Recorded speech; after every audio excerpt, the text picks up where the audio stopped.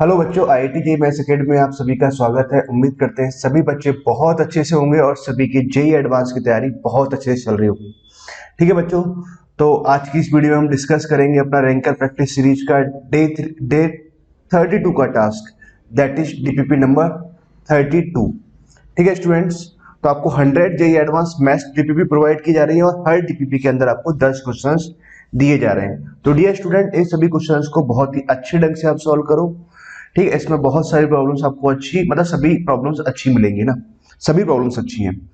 हाँ, कुछ आसान हो सकती है बट प्रॉब्लम अच्छी है ना। ठीक है, नाउ बात करते हैं ना, तो क्या बात की जाए ना।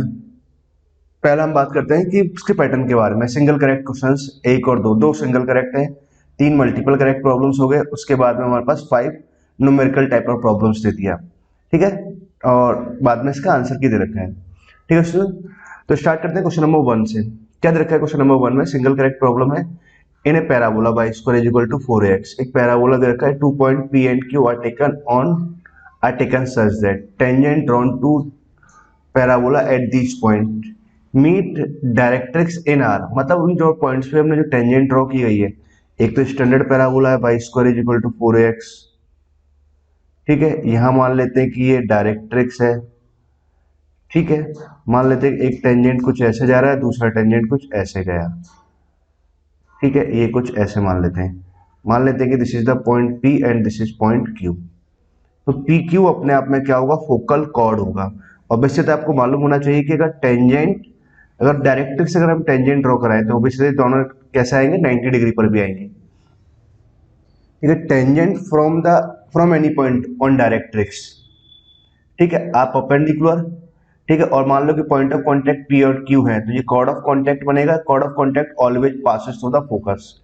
कुछ बातें हैं जो आपको ध्यान रहनी चाहिए, जो मैंने अभी बोला है ना, इन सभी बातों को आपको ध्यान रखना है, कोई काम आता है सारी पॉइंट्स ना। आगे पूछा है focus of locus of circumcentre of triangle P Q R. जो ट्राइंगल पी क्यू आर है, ठीक है, ट्राइंगल पी क्यू आर, ये पी क्यू आर का सरकम सेंटर का लोकस। ठीक है, तो 90 डिग्री आ गया, 90 के सामने वाला हमारे पास में क्या बनेगा? हाइपोटेनस। तो भाई 90 डिग्री राइट एंगल ट्राइंगल में आपको पता है सरकम सेंटर क्या होता है? हाइपोटेनस का मिड पॉइंट। ठीक है, हाइपोटेनस का मिड पॉइंट क्या होगा? सरकम सेंटर होता है। ठीक है, तो पॉइंट पी का अगर कोऑर्डिनेट अगर मैं बात करूं, तो अगर T1 इस पॉइंट के कोऑर्डिनेट है, T1 का मतलब क्या हुआ? ए T1 square comma 2a T1। ठीक है, तो पॉइंट क्यू के कोऑर्डिनेट अगर आपने T2 ले लिए, T2 का मतलब कितना है? ए T2 square comma 2a T2 है। कुछ बातें आपको मालूम चल गई, पी क्यू फोकल कॉर्ड है, तो T1 T2 बराबर कितना आ जाएगा? -1 आ जाएगा। ठीक है, नाउ तो अगर T2 का वैल्यू अगर मैं यहाँ पुट कर रहा हूँ तो ये कितना आ जाएगा? a upon 1 upon of T1 square. T2 का वैल्यू -1 अपॉन T1 पुट कराएंगे तो -2a अपॉन T1। ठीक है, ये आ गया हमारे पास। ठीक, तो T2 के कोऑर्डिनेट आ गए। हमें क्या चाहिए? सरकम सेंटर का लोकस चाहिए। तो जिसका हमें लोकस निकालना, मान लो इन दोनों का मिड पॉइंट क्या है? सरकम सेंटर बनेगा, और इसे कोऑर्डिनेट क्या मान लिया? h, k मान लिए। इसका लोकस निकालना है, तो h इज इक्वल टू कितना आ जाएगा? बहुत ध्यान से समझो। h इक्वल टू तो हम क्या बोल देंगे? दोनों का मिड पॉइंट। तो कितना आ गया? a तो हमने ऐसे कॉमन ले लिया, ये आ जाएगा T1 square plus 1 upon of T1 square. ठीक है ना, अपॉन में 2 आ रहा है तो 2 को इधर मल्टीप्लाई कर दिया 2h, एंड सिमिलरली 2 के इक्वल टू में लिख लेता हूँ, कितना आ जाएगा? y1 plus y2। तो y1 तो कितना आ गया? 2a, तो चलो कॉमन ले लेते हैं, तो यहाँ से आ जाएगा T1 minus of 1 upon of T1। ये आ जाएगा y1 प्लस y2, ये आ गया। ठीक है ना, आपको करना क्या? h और k में एक रिलेशन निकालना है। लोकस चाहिए ना h और k का, तो लोकस सर्कम सेंटर का लोकस निकालना है, तो h और k में एक रिश्ता चाहिए आपको ना अल्टीमेटली। तो देखो बहुत आसानी से लिख सकते हैं, 2 से 2 यहाँ से कैंसिल हो गया, k अपॉन a का वैल्यू कितना आ रहा है? T1 minus T1 upon T1। ये आया। एक बात तो मुझे ये समझ में आई। दूसरा पॉइंट, तो 2h यहाँ पर लिखा हुआ, a हमने यहाँ ले लिया।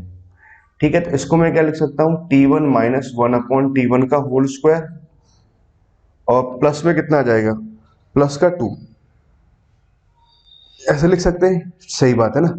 अब हमने क्या किया? T1 माइनस 1 अपॉन T1 का वैल्यू यहाँ से पुट किया, तो a तो यहाँ लिखा हुआ है ही, इसका वैल्यू कितना आ जाएगा? k स्क्वायर अपॉन में कितना आ जाएगा? a स्क्वायर, यहाँ लिख देंगे, प्लस का 2 यहाँ पर आ गया। ठीक है ना, उसका एलसीएम ले लेते हैं, तो एलसीएम जब लेंगे तो भैया के स्क्वायर तो यहाँ से बनेगा, दिस इज 2a स्क्वायर बना, अपॉन में a स्क्वायर आएगा, a से कट हो जाएगा और दैट इज 2ha आ गया। ठीक है, a इसको हमने इस साइड और मल्टीप्लाई कर दिया। ठीक है, तो यहाँ तक की बात तो मैं क्लियर हो गई। नाउ अब देखो ये एक्चुअली लिखा क्या है, h को का लोकस चाहिए तो k को तो मैं y से रिप्लेस कर दूंगा, तो y स्क्वायर तो यहाँ से है प्लस ऑफ 2a स्क्वायर यहाँ से आया, दैट इक्वल टू कितना आ जाएगा, 2h को x से तो 2ax, कुछ ऐसे लिख लिया हमने। तो y square is equal to कितना आ जाएगा, 2ax minus of 2a square हमने यहाँ लिखा। नाउ तो यहाँ से देखो y स्क्वायर, तो यहाँ से 2a कॉमन ले लिया तो x माइनस ऑफ a आ गया। ठीक है, तो ये हमारे पास में क्या आ गया, एक पैराबोला आ गया। सर्कम सेंटर का लोकस क्या आ रहा है, पैराबोला आ रहा है। अब इसका मुझे क्या चाहिए, फोकस चाहिए, तो फोकस तो क्या आ जाएगा, a,0। ठीक है, अब देखो a इसको अपने मान ले capital y square is equal to capital 4ax, जहां पर 4a का वैल्यू तो कितना आ रहा है 2a, तो a का वैल्यू यहां से कितना आ जाएगा a/2 आ गया है ना।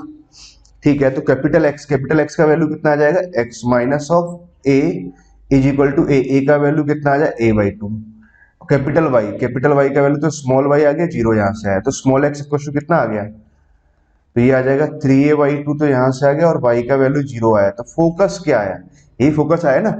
फोकस कितना आ जाएगा 3a/2 0 आ रहा है। पहले का क्या आंसर होगा, सी ऑप्शन आएगा, focus of locus of circum centre of triangle PQR will be कितना आ जाएगा 3a/2 0 आएगा। क्लियर बच्चों, आई होप आपको पहला वाला प्रॉब्लम ढंग से क्लियर हुआ। ठीक है, अच्छा इस प्रॉब्लम में देखो कुछ कुछ बातें देखी ना सीखने वाले पॉइंट से। पहला तो क्या था कि अगर मान लो कि इन पॉइंट P और Q पर टेंजेंट है, अगर ये डायरेक्ट्रिक्स में आके इंटरसेक्ट कर रहा है तो इट मीन कि एंगल 90 डिग्री होगा, P और Q अपने आप में फोकल कॉर्ड होगा, फोकल कॉर्ड होगा तो T1 T2 बराबर -1 होगा। ये सारी बातें आपको पता होना चाहिए ना। ठीक बच्चों, तो फर्स्ट का आंसर कितना आ रहा है, सी आ रहा है, पहले का एकदम सही आंसर है। नाउ मूव करते हैं सेकंड प्रॉब्लम की तरफ। सेकंड प्रॉब्लम बहुत ही बढ़िया और आसान सा प्रॉब्लम है ना। क्वेश्चन नंबर सेकंड में क्या दे रखा है, if sec inverse x plus tan inverse of इतना कुछ लिखा हुआ है plus sin inverse of x square plus y square बराबर लैम्डा है ना, ऐसा कुछ दे रखा है। हैज नो सॉल्यूशन, ऐसा कोई भी सॉल्यूशन नहीं आ रहा। Then exhaustive set of value of lambda is, तो ऐसे कोई भी सॉल्यूशन ना आए इसके लिए लैम्डा का वैल्यू क्या क्या हो सकता है। ठीक है, यही पूछना चाह रहा है। अब देखो पहली बात तो क्या, इनवर्स की प्रॉब्लम्स है, तो इनवर्स की प्रॉब्लम्स को जब भी डील करना होता है तो हमेशा डोमेन के बारे में सोचा करो। मतलब इसका अगर मैं डोमेन लिखूं तो भाई एक वैलिड कब हो, जब x -1 से छोटा और x +1 से बड़ा हो, इक्वल टू का साइन भी आएगा, एंड ठीक है 9y स्क्वायर -1 ये कैसा होना चाहिए, greater than equal to 0, and x square plus y square कैसा होना चाहिए, 1 और -1 के बीच में होना चाहिए। एंड मतलब इंटरसेक्शन। ठीक है, अब देखो x square plus y square के बारे में बात करें तो यहां से अगर मैं वाई स्क्वायर निकालूं तो वाई स्क्वायर तो ऑलवेज कैसा आएगा 1/9 के इक्वल होगा या 1/9 से बड़ा होगा। यहां से अगर मैं एक बात बोलूं कि भैया एक्स स्क्वायर ऑलवेज कैसा होगा, 1 के इक्वल आएगा, 1 से बड़ा आएगा, इतनी बात रहेगी ना। अब सवाल क्या कह रहा है, x square plus y square कैसा होना चाहिए, 1 से छोटा होना चाहिए या 1 से बड़ा होना चाहिए। तो ये वाले जो कंडीशन है कि डज नॉट सेटिस्फाई, भाई यहाँ से आ रहा है एक्स स्क्वायर का वैल्यू 1 के इक्वल हो सकता है कम से कम, और वाई स्क्वायर का वैल्यू 1/9, भाई जब इन दोनों को यहाँ रखेंगे तो 1 से बड़ा ही जाएगा ना, कभी ये 1 से छोटा होगा ही नहीं। मतलब it is not possible, it is not possible. इसका मतलब क्या हुआ कि ऊपर जो सवाल दे रखा है ये सवाल ही अपने आप में संभव नहीं है। This problem is not possible for any value of x and y. It mean कि भैया लैम्डा का कोई भी वैल्यू ले लो, तो lambda belongs to R, lambda के कोई वैल्यू लो, हमेशा ऐसे क्या है नो सॉल्यूशन आना ही आना है ना, ऐसा कोई सॉल्यूशन आएगा ही नहीं, आएगा ही नहीं। तो क्या वैल्यू आ जाएगा, लैम्डा का वैल्यू आ जाएगा belongs to all real number आएगा। समझ गए बच्चों बात को, आई होप आपको यहाँ तक की बात समझ में आई है ना। ना क्वेश्चन नंबर सेकंड के बाद हम चलते हैं क्वेश्चन नंबर थर्ड की तरफ। क्वेश्चन नंबर थर्ड है ना, क्या दे रखा है, बहुत ही बढ़िया प्रॉब्लम है ना, मल्टीपल करेक्ट क्वेश्चन नंबर है ना, मल्टीपल करेक्ट आंसर्स है ना।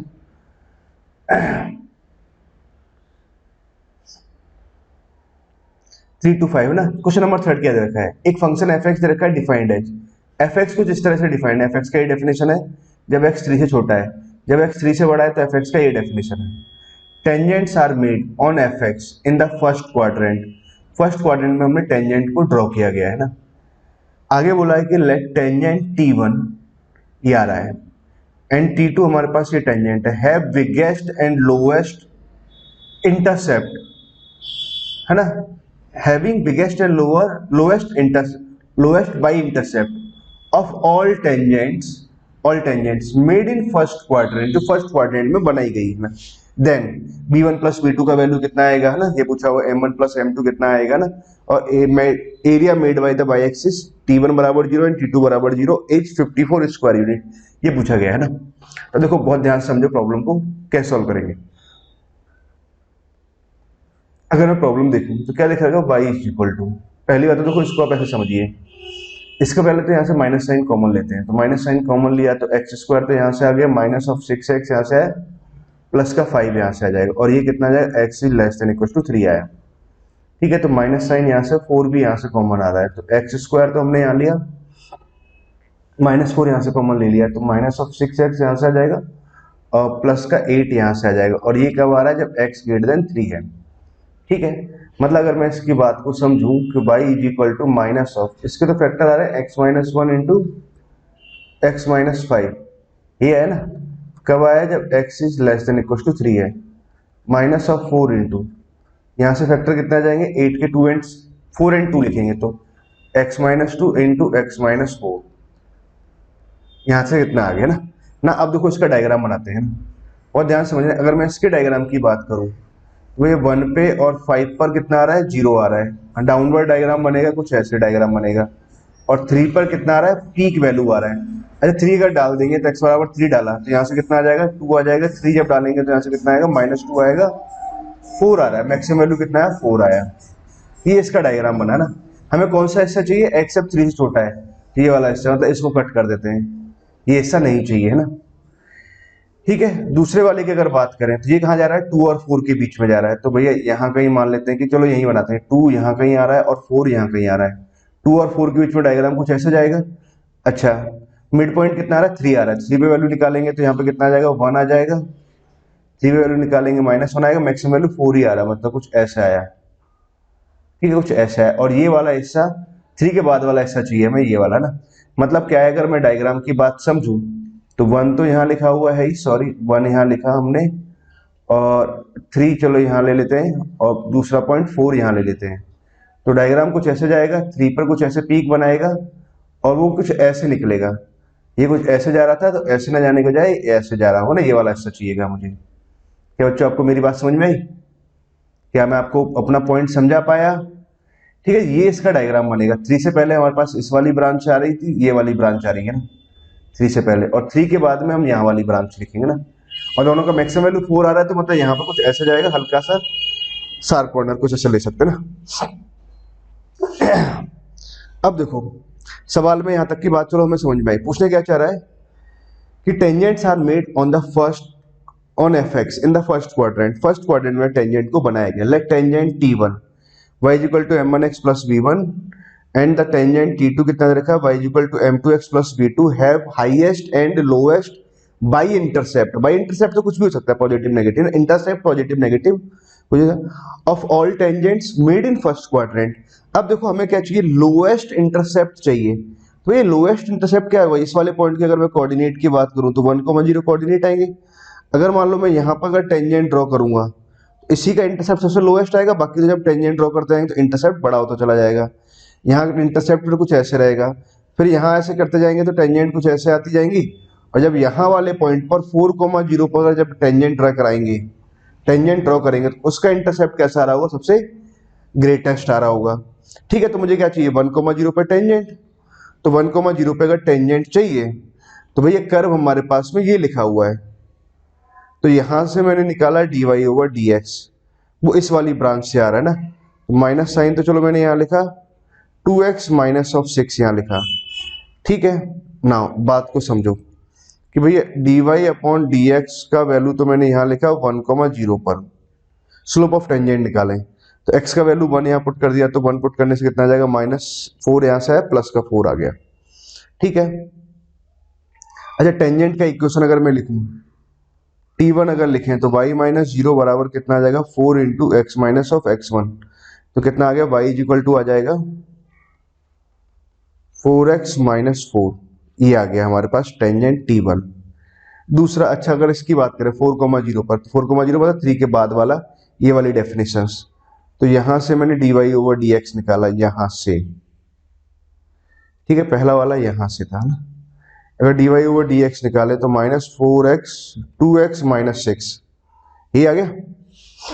अब क्या है, dy/dx का वैल्यू हमने निकाला 1,0 पर, x का वैल्यू 1 पुट किया, तो माइनस का 4 तो यहां से है और यहां से बनेगा प्लस का 16, ठीक है। तो टेंजेंट का अगर मुझे इक्वेशन लिखना है तो y -0 इज इक्वल टू कितना आ जाएगा 16m इंटू, सॉरी 4,0 पर लिखना है ना, मैं कुछ गलत लिख रहा हूँ ना, 4 यहाँ डालेंगे तो 8 आए ना, 4 यहाँ डालने पे 8 आ जाएगा, 8 यहाँ पे 2 बनेगा, 2 से यहाँ पे कितना -8 आएगा, सॉरी है ना -8, तो स्लोप ऑफ टेंजेंट कितना आ जाएगा -8 आएगा। तो टेंजेंट का इक्वेशन अगर हमें लिखना रहेगा तो वो कितना आ जाएगा, y minus of y1 is equal to -8 into x minus of x1, x1 का वैल्यू इतना है ना, तो टेंजेंट आ जाएगा y is equal to -8x plus का कितना बन जाएगा, ये 32 बन जाएगा, ठीक है। तो ये आ गया हमारे पास टेंजेंट सी आई। अगर देखो हम टेंजेंट्स की बात करें तो T1 जो टेंजेंट है वो तो कितना आ रहा है, y इज इक्वल टू आ रहा है 4x माइनस 4, पहला। दूसरा अगर टेंजेंट की बात करें, अच्छा tangent T1 having highest and lowest, चलो नाम बदल देते हैं। एक टेंजेंट हमारे पास में कौन सा आ रहा है, नाम की बात करते हैं, y इज इक्वल टू कितना है, ये आ जाएगा -8x प्लस 32, -8x प्लस 32, ठीक है। नाम से कोई जरूरत नहीं, एक्चुअली ये T1 होना चाहिए, जो हाईएस्ट है उसको T1 बोला है और जो लोएस्ट है उसको T2 बोला है ना, चलो ठीक है, उससे मतलब भी नहीं है। हमें B1 प्लस B2 पूछना चाह रहा था, B1 प्लस B2 कितना आ जाएगा, 32 यहाँ लिखा हुआ है और -4 यहाँ लिखा हुआ है, कितना आ जाएगा 28 आ जाएगा, ठीक है। M1 प्लस M2 की बात करें तो कितना आ जाएगा हमारे पास, ये आ जाएगा ना -4 आ जाएगा, सम ऑफ स्लोप इतना आएगा।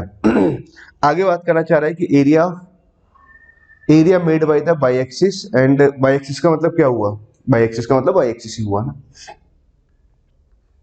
अब देखो अगर हम बात करें पहले वाली टेंजेंट की बात करें तो भाई स्लोप कितना आ रहा है, पॉजिटिव आ रहा है, और बाई एक्सिस पे इंटरसेप्ट इतना आया, तो ये तो कुछ ऐसे गया, यहाँ पर तो कहाँ कट कर रहा है, 0, -4 पे कट किया। दूसरे की अगर हम बात करें तो कुछ ऐसे टेंजेंट जा रहा होगा ना, मान लेते कहीं पॉइंट ऑफ इंटरसेक्शन कुछ आ रहा है और ये वाला पॉइंट आ गया हमारे पास 0,32 आ गया, ठीक है। इसका स्लोप -8 आ गया, इतना है ना। अब मान लेते हैं पॉइंट ऑफ इंटरसेक्शन निकाल लेते हैं, पॉइंट ऑफ इंटरसेक्शन में हमें एक्स कोऑर्डिनेट की ही जरूरत है, सिर्फ और सिर्फ एक्स कोऑर्डिनेट की जरूरत है। तो एक काम करते हैं, वाई को तो यहाँ पुट कर देते हैं, तो यहाँ से आ जाएगा 4x माइनस का 4 is equal to -8x plus 32, ठीक है। इसको इस साइड लेके आए तो 12x, तो यहाँ से इसको इधर गया तो 36, और x का वैल्यू 3 आया। x का वैल्यू अगर 3 कॉमा समथिंग कुछ आया कोई दिक्कत नहीं। एरिया अगर मुझे लिखना है तो एरिया कितना लिखूंगा, half base length, base length तो कितना आ जाएगा हमारे पास में 36 आ जाएगा, इनटू हाइट, हाइट कितना आ जाएगा 3 आ जाएगा, तो 2 से कट गया 18 टाइम्स, और ये कितना आ जाएगा हमारे पास में 54 आ जाएगा, है ना। And area made by axis tangent T1 बराबर 0 एंड T2 बराबर 0 इज 54 स्क्वायर यूनिट आ रहा है ना, सही लिखा है ना हमने। 36 बेस लेंथ हो गया, हाइट हमारे पास में इतना आ जाएगा, ठीक बात है ना। एरिया कितना आ जाएगा 54 यूनिट आएगा ना, ठीक है।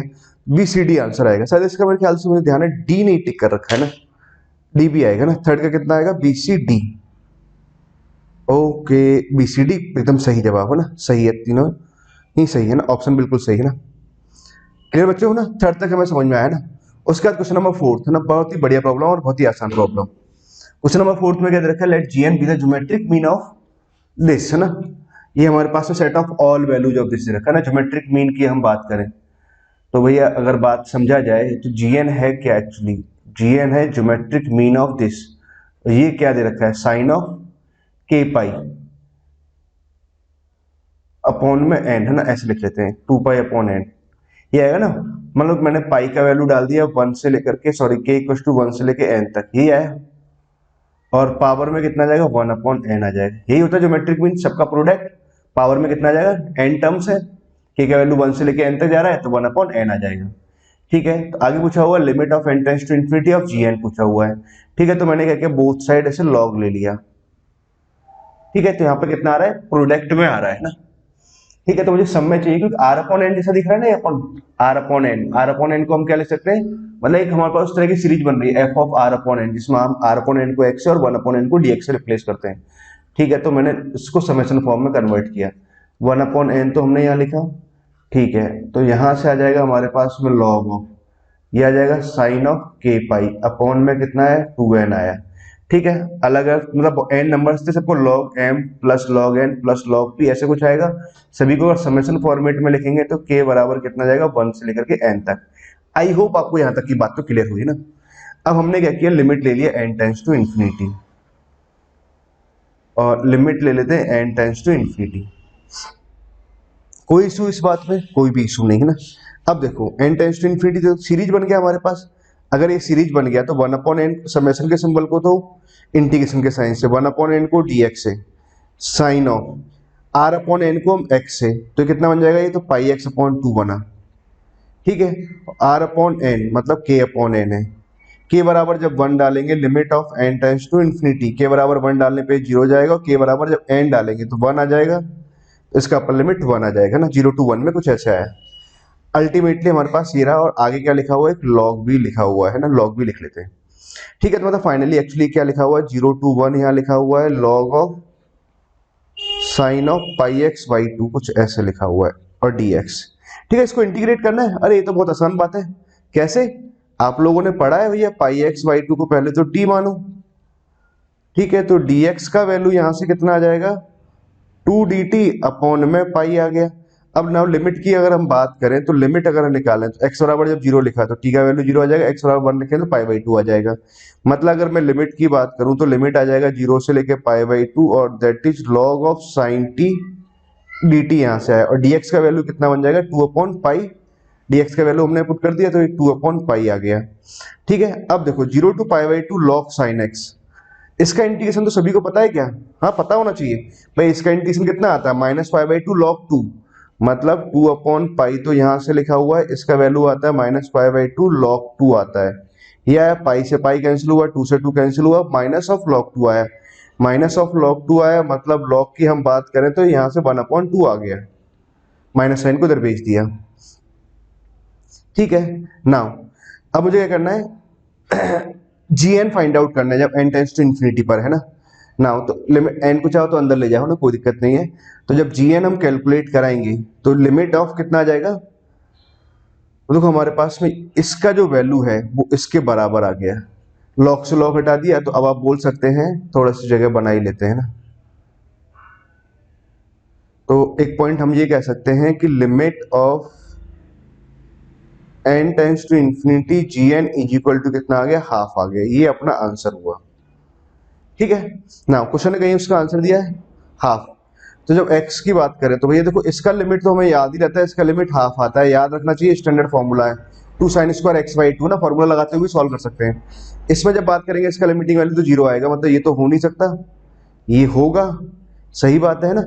0 टू पाई बाई 2 ना, साइन स्क्वायर एक्स को इंटीग्रेट करेंगे तो भाई साइन स्क्वायर 1 अपॉन 2 यहाँ से लिखेंगे, पाई बाई 2 यहाँ से लिखेंगे, ये आता है इसका इंटीग्रेशन पाई बाई 4। ठीक है, पाई बाई 2 से पाई बाई 2 तो कैंसिल हो जाएगा, मतलब ये पाई बाई पाई और से कैंसिल हो 1 बाई 2 आ गया, मतलब ये भी ऑप्शन आ जाएगा ना।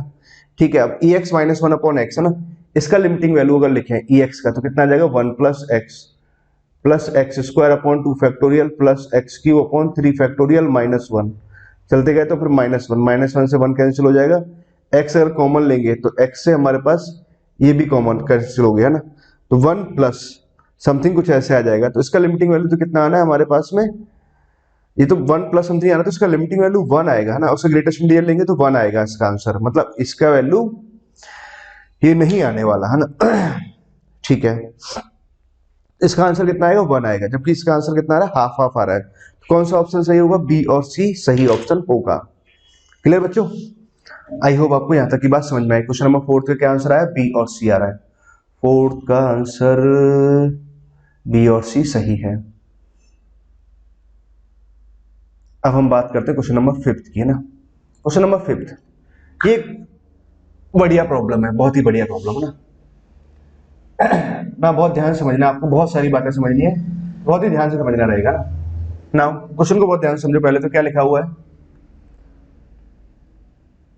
if OABCD is a pyramid with square base ABCD such that कि OA, OB, OC, OD है ना, ये सब यहाँ पर वेक्टर्स है ना, ऐसे कुछ आर यूनिट वेक्टर्स, ठीक है। और साथ में क्या दे रखा है, इन दोनों का डॉट, इन दोनों का डॉट, इन दोनों का डॉट, इन दोनों का डॉट, ये cos थीटा आ रहा है ना, ठीक है। सबका मैग्नीट्यूड 1 है तो मतलब angle between these two vectors कितना दे रखा है, थीटा थीटा थीटा दे रखा है ना, ये कहना चाह रहा है।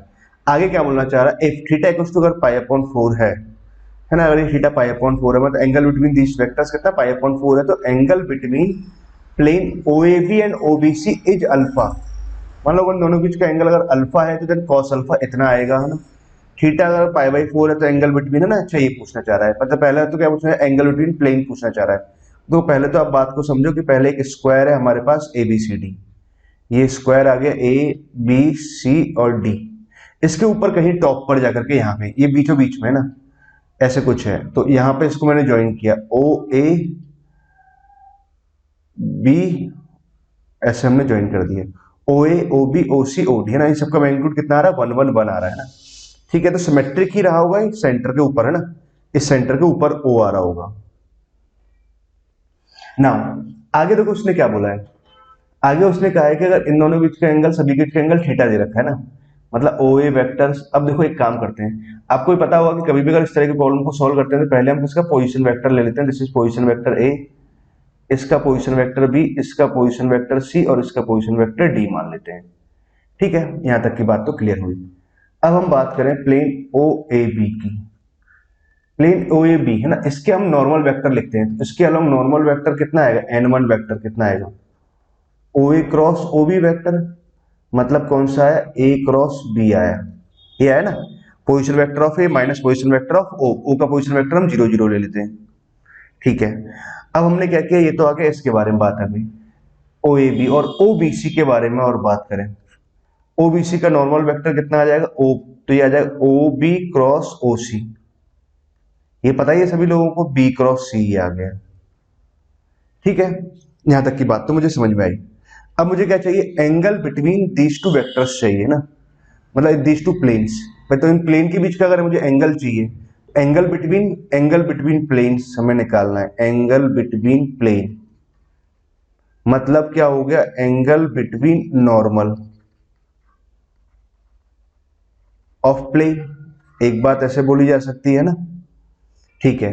Now angle between normal of plane हमें निकालना है, तो मान लेते हैं कि वो कितना आ रहा है, अल्फा आ रहा है, तो अगर हमने क्या लिख सकते हैं, cos अल्फा इक्वल टू कितना लिखेंगे, n1 डॉट n2 अपॉन में कितना आ जाएगा, n1 का मैग्नीट्यूड और n2 का मैग्नीट्यूड, यही आएगा, ठीक है। अब देखो n1 का अगर मुझे मैग्नीट्यूड लिखना है तो कितना आ जाएगा, a का मैग्नीट्यूड, b का मैग्नीट्यूड और साथ में कितना आ जाएगा, इन दोनों के बीच का एंगल अल्फा है ना, थीटा है ना। अब देखो OA का मैग्नीट्यूड और OB है ना, इस सबका मैग्नीट्यूड 1 1 1 दे रखे हैं ना, OA OB OC, मतलब हमारे पास में कितना दे रखा है, A का मैग्नीट्यूड, B का मैग्नीट्यूड और C का मैग्नीट्यूड और D का मैग्नीट्यूड, सभी का मैग्नीट्यूड कितना 1 है, ठीक है। और बीच में इनके बीच का एंगल OA एंड OB के बीच का एंगल कितना दे रखा है, थीटा है, तो cos तो OA डॉट OB है ना, मतलब इन दोनों के बीच का एंगल कितना आ जाएगा हमारे पास में, theta equals to pi by 4 है, मतलब थीटा क्या, एंगल बिटवीन आ गया ना, यहां से लिखोगे इसका मैग्नीट्यूड लिखेंगे, इसके बीच का एंगल लिखेंगे ना, और थीटा इक्वल्स टू कितना आ रहा है, पाई बाई 4 आया, तो cos थीटा मतलब इन दोनों के बीच का एंगल कितना आ रहा है, पाई बाई 4 आया। मतलब कहने वाली बात ये कि चलो ये आपको समझ गए कि यहाँ कितना आ जाएगा, angle between these two vectors हम लिखेंगे sin पाई बाई 4 लिखेंगे, तो कितना आ जाएगा, 1 अपॉन रूट 2 आया, ठीक है। n1 का मैग्नीट्यूड तो ये आया, और n2 का अगर मैं मैग्नीट्यूड निकालूं, अगेन हमारे पास में कितना आ जाएगा, b क्रॉस c का मैग्नीट्यूड लिखेंगे तो अगेन ये आ जाएगा 1 बाई रूट 2, और ये भी कितना आया, 1 बाई रूट 2 आया, ठीक है। यहां तक की बात तो मुझे समझ में आई ना। अब आप पॉइंट समझे कि मुझे क्या कैलकुलेट करना है, n1 डॉट n2 कैलकुलेट करना है। अच्छा n1 डॉट n2 के बारे में समझे, तो n1 हमारे पास में कितना आ रहा है, a cross b dot b cross c, या c वेक्टर है, ठीक है, ये आ रहा है। अच्छा ये तो कुछ ऐसा आ गया, अरे बच्चों देखो, अब जैसे अगर एक 4 वेक्टर का अगर हमें डॉट प्रोडक्ट लेना होता है ना, इसका तो अब डिटरमिनेंट की तरह याद रखा करो। देखो बहुत ध्यान समझना, पहले वेक्टर का मैंने इन दोनों के साथ डॉट लिया, तो पहली रो में जमा दो a डॉट b, और दूसरा इसका फिर इसके साथ डॉट लेंगे तो ये आ जाएगा पहली रो में a डॉट सी आ गया। अब दूसरे वेक्टर का डॉट लो, उसको दूसरी रो में जमा दो, तो b डॉट b हमने यहाँ जमाया और ये आ जाएगा b डॉट c आ जाएगा। समझ गए बात को? यहां तक की बात आपको समझ में आनी चाहिए। अब पॉइंट समझो कि आगे क्या करना चाहिए मुझे ना, a और b के बीच का एंगल, तो देखो a डॉट b तो हमारे पास में कितना आ जाएगा, a और b के बीच का एंगल तो a का मैग्नीट्यूड बना के b का मैग्नीट्यूड बना के a और b के बीच का एंगल कितना आ रहा है, पाई/4 आ रहा है ना। उसने बोल रखा है एंगल कितना पाई/4 है। ठीक है, तो cos पाई/4 तो कितना आ जाएगा, 1/√2 आ जाएगा ना। पहला पॉइंट तो हमारे पास ये आ गया, यहाँ से तो आ गया 1/√2 आ गया। b डॉट b का वैल्यू कितना आ जाएगा, 1 आ जाएगा। b और c के बीच का एंगल तो ob डॉट oc कहीं दे रखा है क्या, ob डॉट oc कितना दे रखा है, पाई/4 दे रखा है ना। तो अगेन इसका वैल्यू भी कितना है, पाई/4 आया।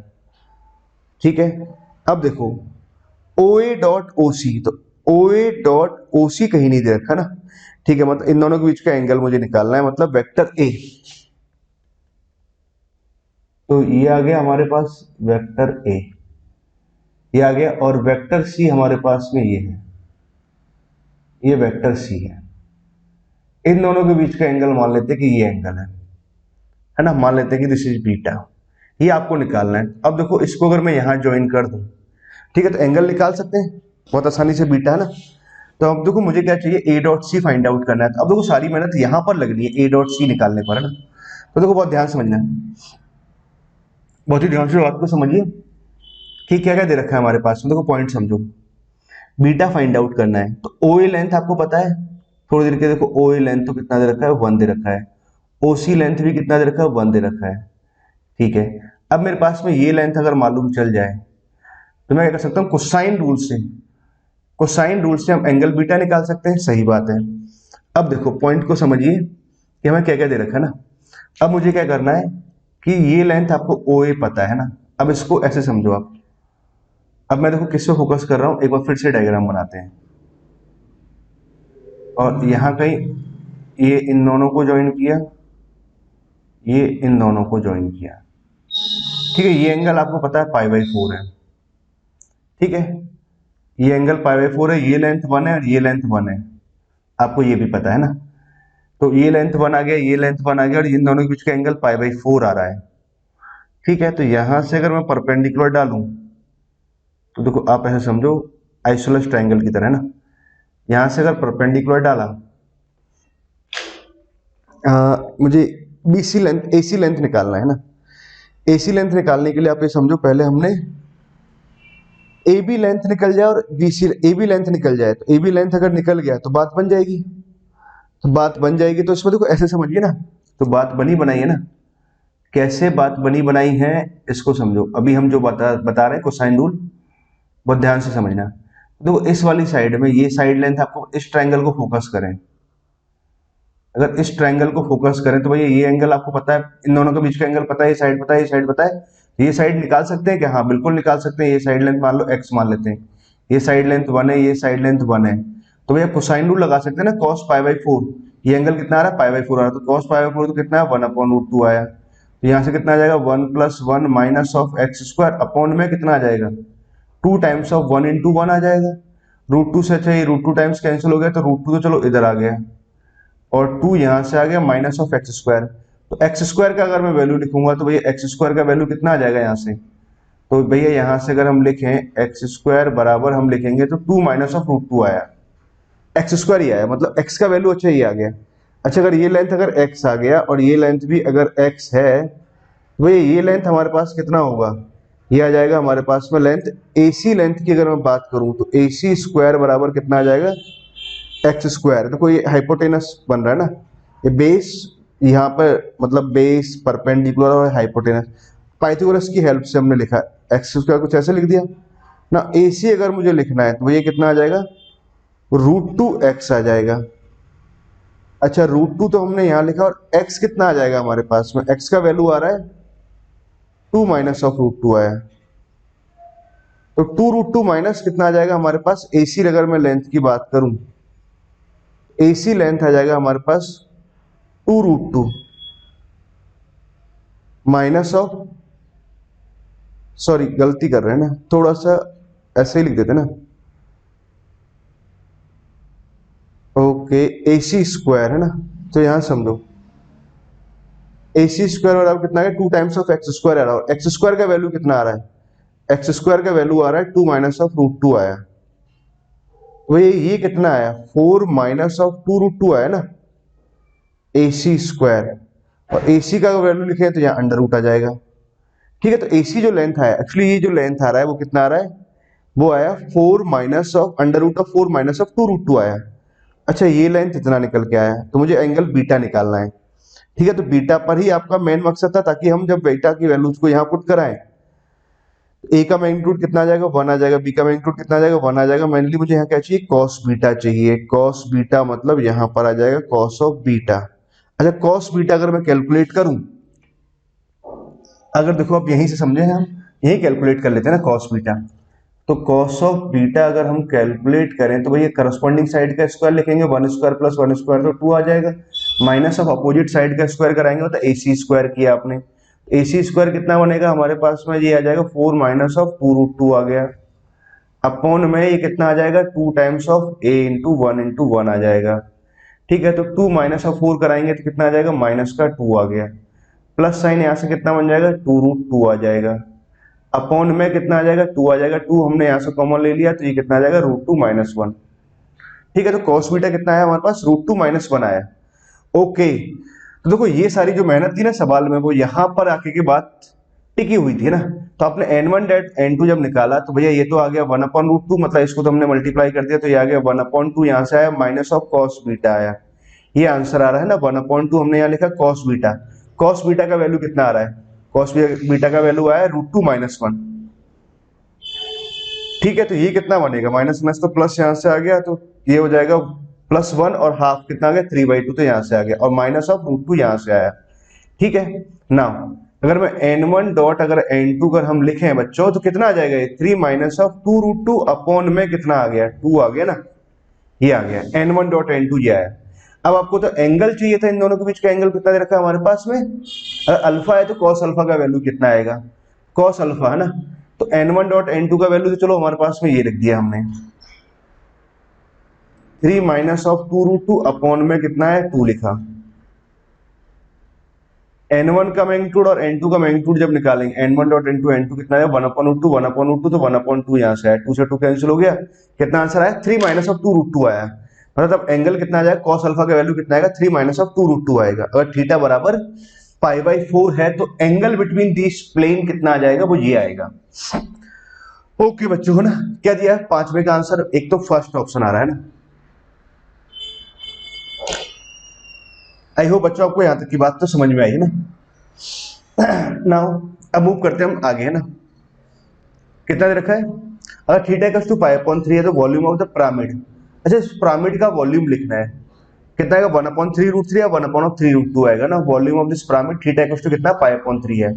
तो आप फिर से डायग्राम बना लेते हैं।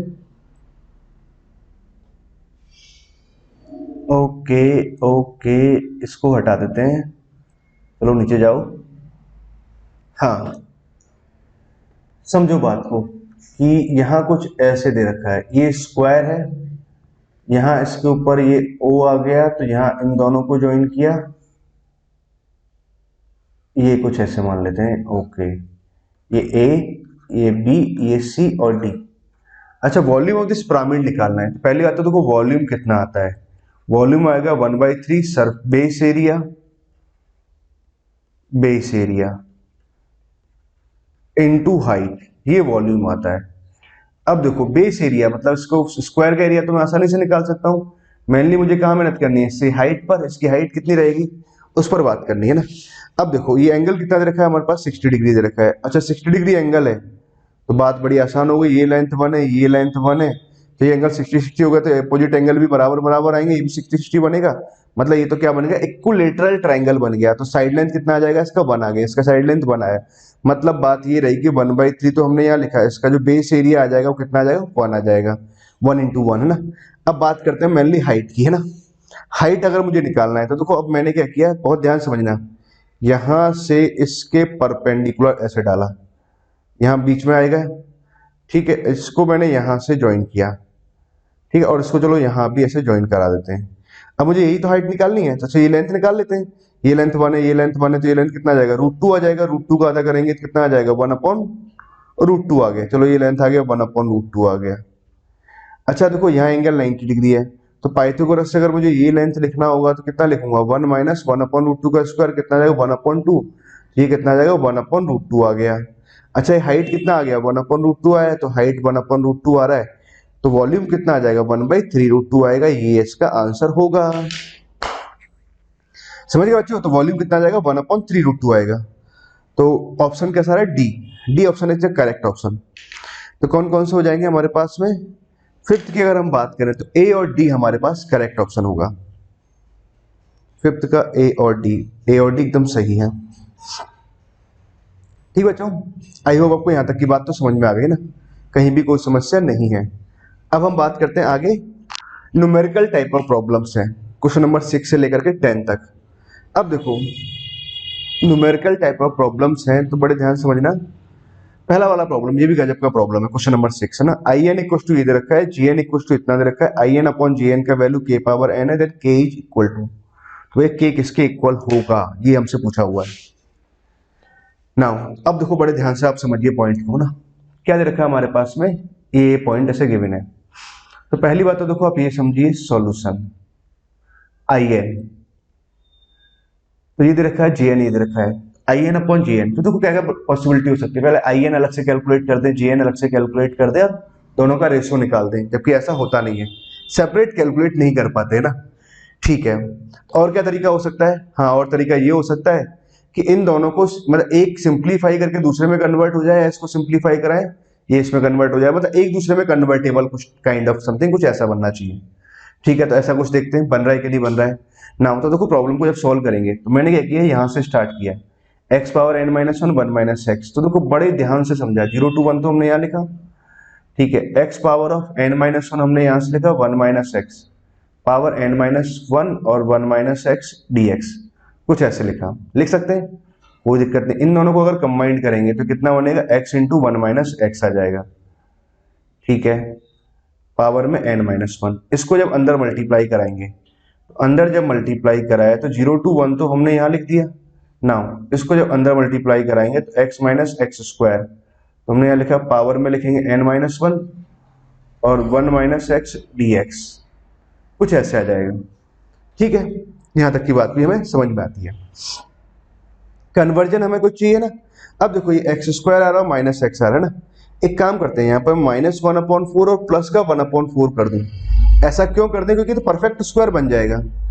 तो भैया इतनी सारी बातें सर आपको कैसे पता, क्योंकि ये प्रॉब्लम्स की मैं ऐसी प्रैक्टिस करता रहता हूँ और बहुत सारी प्रैक्टिस में करवा भी चुका हूँ बच्चों को ना। 1/4 यहाँ से लिखा, तो देखो यहाँ से माइनस साइन आपने कॉमन लिया, तो माइनस साइन जैसे कॉमन लिया तो ये बना 1/2 माइनस एक्स का होल स्क्वायर, गजब। और पावर में कितना, n-1, और यहाँ कितना लिखा हुआ है, 1 माइनस एक्स और dx लिखा हुआ है। क्या आपको यहाँ तक की बात समझ में आई, हाँ यहाँ तक की अगर आपको बात समझ में आ गई है ना। अब देखो सारा खेल क्या चल रहा है, साइन एक्स से ही है ना, तो 1/2 माइनस एक्स को मैं एक काम करता हूँ कॉस थीटा मान लूँ, तो कॉस स्क्वायर थीटा क्या बनेगा, साइन थीटा बन जाएगा। तो ये कुछ ऐसा एज्यूम कर लेना चाहिए मैंने। तो इसके बाद फिर हमने क्या किया, लेट, तो 1/2 माइनस एक्स को हमने मान लिया 1/2 कॉस थीटा, ये माना। कारण क्या है, जब 1/2 कॉस थीटा जब यहां पुट कराएंगे तो 1/4 तो यहाँ आएगा जो कॉमन आ जाएगा, और कॉस स्क्वायर थीटा बनेगा साइन स्क्वायर थीटा में चला जाएगा। ठीक है ना, ओके, यहां तक की बात तो क्लियर हुई ना। ओके सॉरी बच्चों, सॉरी। अब देखो यहां से dx निकालते हैं। dx का वैल्यू यहां से कितना आ जाएगा, यहाँ से आ जाएगा cos थीटा का डिफरेंस कितना, माइनस साइन थीटा आएगा, माइनस माइनस कैंसिल हो जाएगा, ये हो जाएगा प्लस का साइन थीटा बाई 2 तो हमने यहाँ लिखा, और डी थीटा लिखा, dx का वैल्यू तो इतना आया, तो in तो हमने ये लिख लिया। ठीक है ना, in तो 0 to 1 तो हमने यहाँ गए, 1/4 यहाँ लिखा, 1/2 यहाँ लिखा, तो 1/4 यहाँ पर आया। ठीक है, तो अब देखो 1/4 पावर n-1 तो आ गया कॉमन, यहाँ बनेगा cos स्क्वायर थीटा, तो 1 माइनस कॉस स्क्वायर थीटा क्या बन जाएगा, साइन स्क्वायर थीटा, और साइन स्क्वायर थीटा है पावर में कितना आ रहा है, n-1 आ रहा है। ठीक बात है, नाउ 1 माइनस ऑफ एक्स। अब देखो x का वैल्यू अगर मैं पुट कराऊं तो 1 तो यहां पर आ गया। x की अगर बात करें तो यहां से अगर मैं x निकालूं तो x का वैल्यू कितना आ जाएगा, इसको उधर भेज देंगे तो ये आ जाएगा 1 minus of cos theta by 2 आ जाएगा। ठीक है, तो x का वैल्यू तो हमारे पास ये आया। तो x का वैल्यू हमने डाल दिया 1 माइनस एक्स, तो 1 minus of cos theta by 2। ठीक है, 1 माइनस एक्स, और dx का वैल्यू कितना आ रहा है, साइन थीटा बाई 2 आ गया। ठीक है, यहां तक की बात हमें समझ में आएगी ना, बहुत तसल्ली से रखा हमने। अच्छा, लिमिट अब 0 to 1 नहीं रहेगा ना, क्योंकि हमने क्या कर लिया है, ये मान लिया ना, तो लिमिट के बारे में बात करते हैं ना। हाँ, x का वैल्यू जब 0 लिखा, तो x का वैल्यू जब 0 लिखा तो 1/2 से 1/2, तो cos थीटा का वैल्यू 1 आया तो थीटा का वैल्यू 0 आ जाएगा। अच्छा, x का वैल्यू जब 1 लिखेंगे 1/2 माइनस एक्स ना, ठीक है ना। x का वैल्यू हमने जब 1 लिखा तो 1 लिखने पे कितना आ जाएगा, 1/2, यहां से -1/2 बना ना, तो चाहे तो लिमिट भी 0 to 1 में बना सकते थे ना, x माइनस ऑफ हाफ का होल स्क्वायर लिख सकते हैं ना, कोई दिक्कत नहीं। चलो ठीक है, अभी ये लिखा है तो यहीं से करते हैं ना। ओके, एक्स इक्वल टू जब 1 यहाँ पुट कराएंगे तो माइनस हाफ बनेगा, तो हाफ से हाफ कैंसिल हो जाएगा हमारे पास में, तो कॉस थीटा बराबर कितना आ जाएगा, -1 आ गया। तो कॉस थीटा बराबर -1 आया, तो थीटा बराबर कितना आ जाएगा, पाई आ जाएगा। तो थीटा बराबर कितना आया, पाई आया। ठीक है, ये लिमिट आया थीटा के रेस्पेक्ट में। नाउ अब आई एन के बारे में अगर हम बात करें तो थीटा बराबर 0 to पाई, तो चलो यहाँ चला गया। देखो अब यहाँ से देखो 1/2 यहाँ से आएगा, 1/2 यहाँ से आएगा, 1/4 यहाँ से आएगा, तो ये तो बन जाएगा 1/4 पावर ऑफ एन। तो चलो मैंने यहाँ लिखा, तो यहाँ हम लिखेंगे साइन थीटा पावर में कितना आ जाएगा, 2n माइनस ऑफ 2 यहाँ से आ जाएगा। ठीक है, एक साइन थीटा हमारे पास यहाँ लिखा हुआ है। इसको देखें तो 2 माइनस का 1 कितना आ जाएगा, यहाँ से +1 आ जाएगा। ठीक है, 2 माइनस 1 तो प्लस का 1 आ गया, और यहाँ से बनेगा प्लस का कॉस थीटा। ठीक है, और यहाँ कितना आ जाएगा, ये साइन थीटा यहाँ से कुछ ऐसे आ गया। क्लियर बात है ना। और 1/4 यहाँ से हटी गया, और डी थीटा यहाँ पर आ जाएगा। क्या बच्चों, यहाँ तक की बात आपको समझ में आई? ठीक है, यहाँ तक की बात हमें क्लियर है ना। अब देखो मुझे अपने आंसर में क्या चाहिए, sine x power 2n minus 1 चाहिए ना। अब देखो पॉइंट को समझिए बहुत ध्यान से ना। हाँ, अभी भी कहानी थोड़ी सी बाकी है ना, कहानी में थोड़ा सा ट्विस्ट है। ट्विस्ट क्या है, ट्विस्ट ये है कि 4 पावर एन को चलो मैं यहां मल्टीप्लाई कर देता हूं, 4 power n into i n, 0 to pi, तो चलो मैंने यहां लिखा साइन ऑफ थीटा पावर कितना आ जाएगा, इसको मैंने अंदर मल्टीप्लाई कर दिया, 2n माइनस 1 डी थीटा यहां से आया। ठीक है, और यहां से अगर हम बात करें 0 to pi sine theta power में हम लिख सकते हैं 2n माइनस 2 इन 2 में कितना आ जाएगा, 2n माइनस 1, तो ये चलो सभी में आ गया, और यहां से आ जाएगा cos थीटा डी थीटा आ जाएगा। ठीक है, अब देखो ये तो हमारे पास रिक्वायर्ड एक्सप्रेशन आ रहा था jn है ना। इसकी बात करें तो देखो पाई माइनस थीटा लगाएंगे तो यहाँ तो सेकंड क्वाड्रेंट में जाएगा तो पॉजिटिव आ जाएगा, cos of pi minus theta मतलब माइनस का आ गया। मतलब प्रॉपर्टी नंबर अगर इसकी बात करें 0 to 2a fx dx। ठीक है, अगर आपने मान लो f of 2a minus x निकाला आपने, और ये अगर minus times of f x आ रहा है, तो भैया इसकी इंटीग्रेशन की वैल्यू कितनी आ जाएगी, 0। इसका वैल्यू तो कितना आएगा, 0 आ जाएगा। तो भैया ये तो हमारे पास क्या लिखा है, 4 power n into i n बराबर कितना आ जाएगा, जे एन आ जाएगा। इसको जे एन बोला हुआ है, एन का है सब्सक्रिप्ट में है, तो जे एन ऐसे कुछ है। ठीक है, तो i n upon j n के बारे में बात करना चाह रहे हैं, तो i n upon j n के बारे में अगर हम बात करें, तो i n upon j n के बारे में अगर बात की जाए तो ये बन जाएगा 1/4 पावर में n। ठीक है, ये आंसर आ रहा है ना हमारे पास। उल्टा लिखा है क्या, ओके, थोड़ा सा आंसर में गड़बड़ कर दिया शायद है ना, jn अपॉन आई एन के बारे में पूछ लिया था ना। तो यहाँ से के का वैल्यू अगर अभी के हिसाब से लिखेंगे तो 1/4 आएगा। आई थिंक मैंने आंसर में 4 दे रखा है ना, वो उल्टा लिख दिया ना, jn upon i n. I think 4 1/4 का डिफरेंस है ना, देख लेते हैं। हाँ 4 है ना, वही है ना 1/4। ठीक है, तो 4 1/4 आंसर आएगा ना अभी के हिसाब से तो आंसर। ठीक बच्चों, आई होप आपको जो बात मैं आपको समझाना चाह रहा था वो आपको सारी बात यहाँ पर क्लियर हो गई ना। नाउ अब हम आगे मूव करें नेक्स्ट, है ना, प्रॉब्लम की तरफ। Question number 7। तो क्वेश्चन नंबर 6 की अगर बात करें तो बहुत ही बढ़िया प्रॉब्लम था ना, बहुत ही आसान प्रॉब्लम था और सही से सॉल्व होने वाला प्रॉब्लम था। बस आपको सारी बातें पता होना चाहिए ना। अभी धासु धासु प्रॉब्लम्स आएंगे अभी ना। क्या दे रखा है, एक curve passes through this point 2, 0 and slope of the tangent at any point x, y this। मतलब स्लोप ऑफ टेंजेंट कितना दे रखा है आपके पास में। सॉल्यूशन की बात करें कि dy upon dx that equals to कितना दे रखा है, x square minus of 2x। ठीक है, ये दे रखा है and okay for all x belongs to r। तो चलो ठीक है, आगे क्या बोलना चाह रहा है, the point of minima, the point of minimum ordinate on the curve where x is greater than 0 is a comma b, then find the value of a plus 6 times of b। है ना, वो तो एक अलग बात है, पहले a comma b find out करना है। अच्छा देखो, पहले तो कर्व को ही समझते हैं। dy upon dx बराबर इतना दे रखा है, ठीक है। तो dy इज इक्वल टू कितना आ जाएगा, x square minus 2x into D x, ये आ गया। इंटीग्रेट करेंगे आप लोग, इंटीग्रेट करते टाइम ये यहाँ पर y बनेगा, यहाँ एक्स क्यू बाई 3 बना minus of x square by 2 जो कैंसिल हो जाएगा, plus sine of c r से आ जाएगा।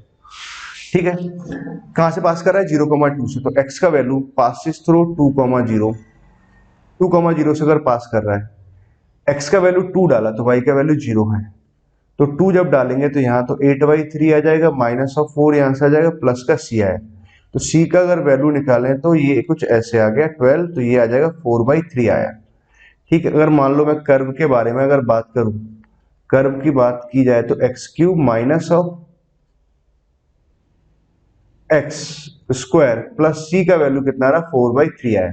ये हमारे पास में क्या आ गया, क्यूबिक आ गया मेनली तो ना।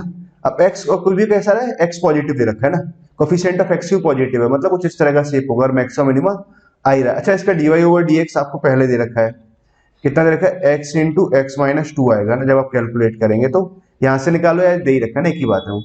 अच्छा, तो अगर बात करें 0 और 2 पर, प्लस माइनस प्लस, तो पहले इंक्रीज करेगा फिर डिक्रीज करेगा 2 का, फिर उसके बाद फिर इंक्रीज करेगा।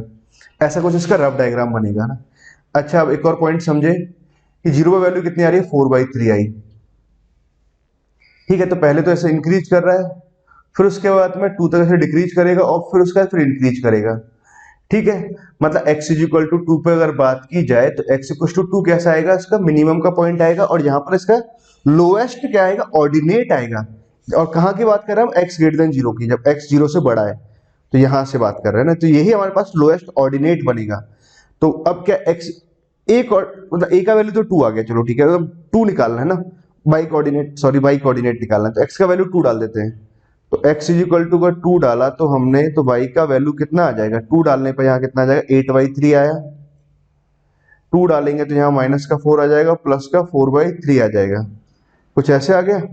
ठीक है, तो यहाँ से अब सिंप्लीफाई कराएंगे तो माइनस का 4/3 तो कितना, 0 आ गया है ना। अच्छा, x का वैल्यू 2,0 से पास कर रहा है, तो मतलब ये तो कुछ ऐसे निकलेगा, टच करके निकलेगा।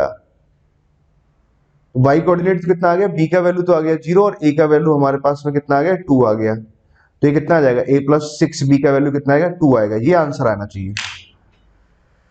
ओके, ये आंसर आएगा ना।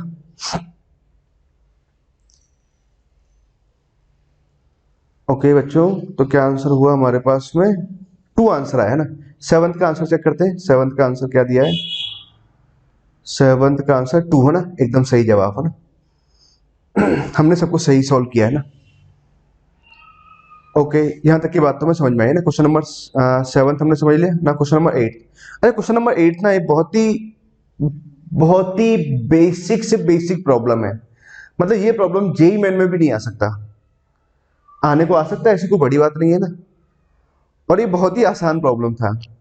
अच्छा, ये प्रॉब्लम को मैंने जब डाला था तब तो ध्यान दिया नहीं था, पर जब मैंने इसको दोबारा से रिव्यू किया कि डीपीपी में कौन सा प्रॉब्लम सही है, कौन सा इस तरह का प्रॉब्लम्स है, तो 8वें नंबर के प्रॉब्लम को एक बार इच्छा हुई कि यार इसे हटा दो यार, बहुत ही आसान प्रॉब्लम है, ये नहीं डालना चाहिए मुझे यार, है ना, क्योंकि बहुत ही आसान प्रॉब्लम हो जाएगा ये।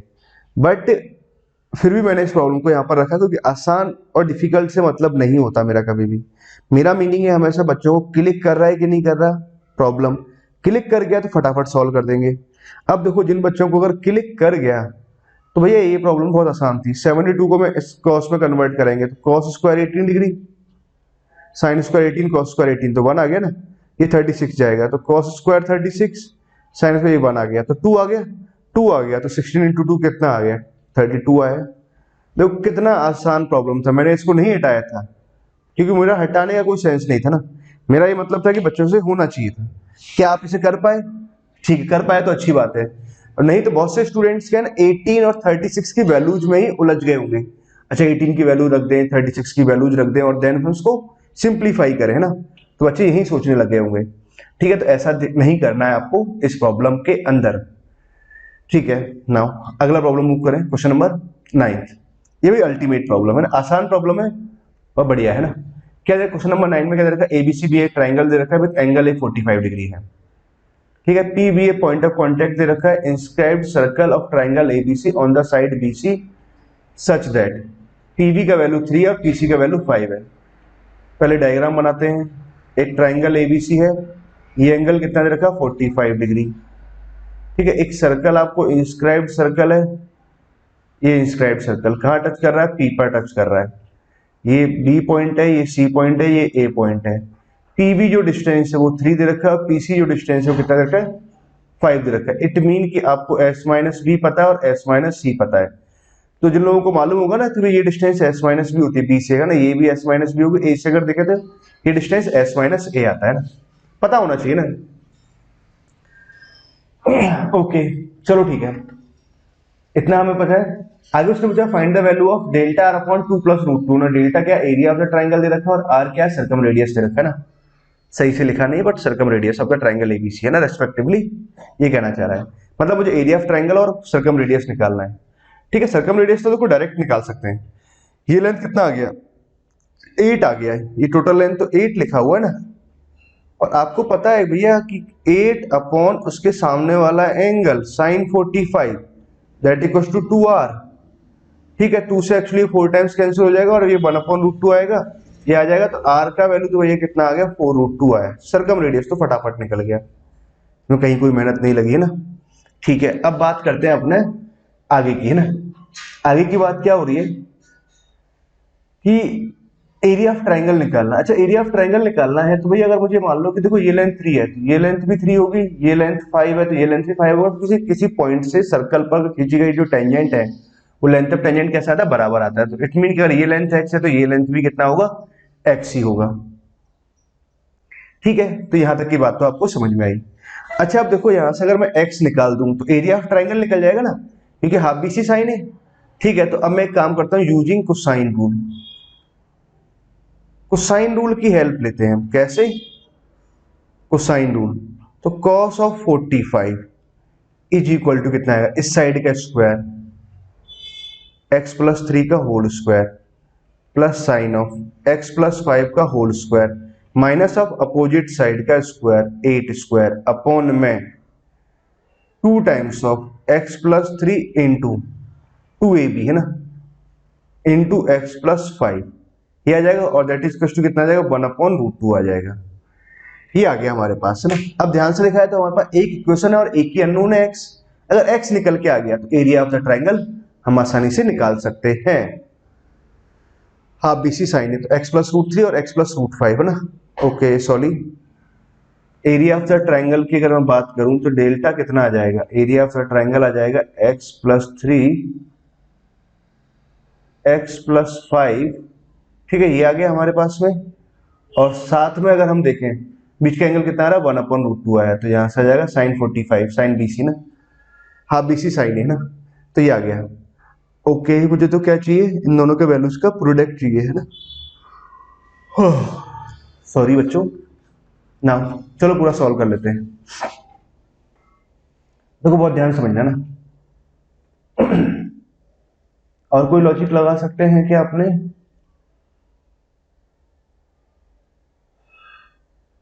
यही लगाते हैं ना। यहां से देखो x का स्क्वायर एक साथ सॉल्व करते हैं। ये तो बनेगा 2x स्क्वायर आएगा, x का टर्म ढूंढते हैं। 6x यहां से आएगा, 10x यहां से आएगा, तो ये बन जाएगा 16x।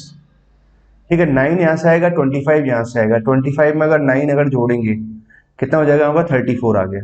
और 64 यहां सब्ट्रैक्ट किया हमने तो ये कितना आ जाएगा, माइनस का 30 आ जाएगा। तो -30 हमने यहाँ लिखा, ठीक है। √2 से अच्छा ये कैंसिल हो जाएगा, √2 टाइम्स आ जाएगा, तो √2 तो चलो यहाँ कहीं आ गया, ठीक है। नाउ अगर हम बात करें इसको, अगर मल्टीप्लाई करा दें यहाँ से तो कितना आ जाएगा, x+3 a² + b² माइनस का ab 2ab a into b calculate करना है। चलो यहां से अगर मैं x² निकालूं तो x² तो यहां से आ जाएगा, ठीक है। x का टर्म ढूंढे तो 8x यहां से आ जाएगा, ठीक है। और कांस्टेंट टर्म ढूंढे तो 15 यहां से आ जाएगा, ये आ गया ना। नाउ अब प्रॉब्लम को अगर सॉल्व करें तो x² की टर्म को अगर मैं एक साथ लिखूं, x² की टर्म्स को कितना आ जाएगा, 2 माइनस ऑफ √2 तो यहां से आ गया। अगर x की टर्म्स को एक साथ लिखे हैं तो 8x, तो हमने यहां से कॉमन ले लिया, तो यहां से अब 8x ना इसको साइड लेके है ना, ओके। 8x तो हमने कॉमन लिया, तो यहां से कितना बचेगा, 2 माइनस ऑफ √2 यहां से बचा, ठीक है।